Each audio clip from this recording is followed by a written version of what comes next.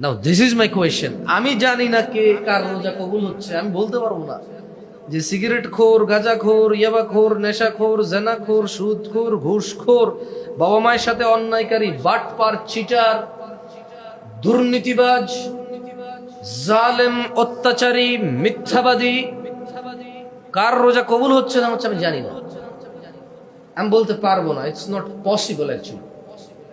আমার তো নিজেরই কবুল হচ্ছে কিনা এটাই আমি জানি না, মানুষেরটা কেমনে কবুল? But I am asking you individual.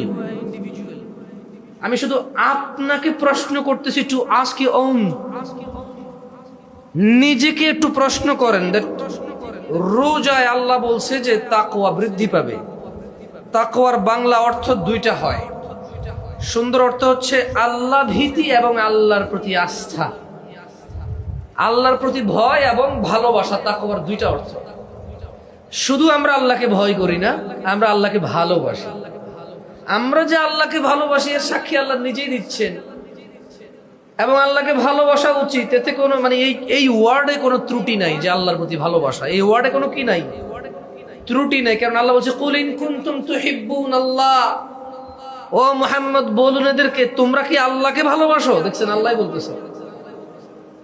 তার মানে ভালোবাসা শব্দ আল্লাহর সাথে আল্লাহ নিজেই এটা স্থাপন করেছে। সো এটা ত্রুটিযুক্ত ওয়ার্ড নয়। আবার প্রেম বলিয়েন না কেউ, আবার আশিক মাসিক এগুলো বলিয়েন না, এগুলো নিকৃষ্ট ওয়ার্ড, আল্লাহর সাথে যায় না। এগুলা আল্লাহর শানের সাথে যায় না, এগুলা কার সাথে যায় না, মর্যাদার সাথে যায় না।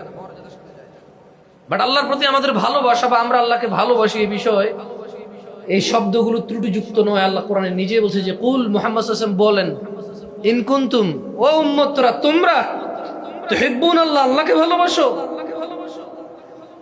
এই শব্দটা ত্রুটিযুক্ত নয়। এরপর আল্লাহ নবী শিখিয়ে দিচ্ছে যে ফাত্তাবিউনি, তাহলে আমি মুহাম্মদকে অনুসরণ করো, ইউহিব্বুকুমুল্লাহ, আল্লাহ তোমাকে ভালোবাসবে।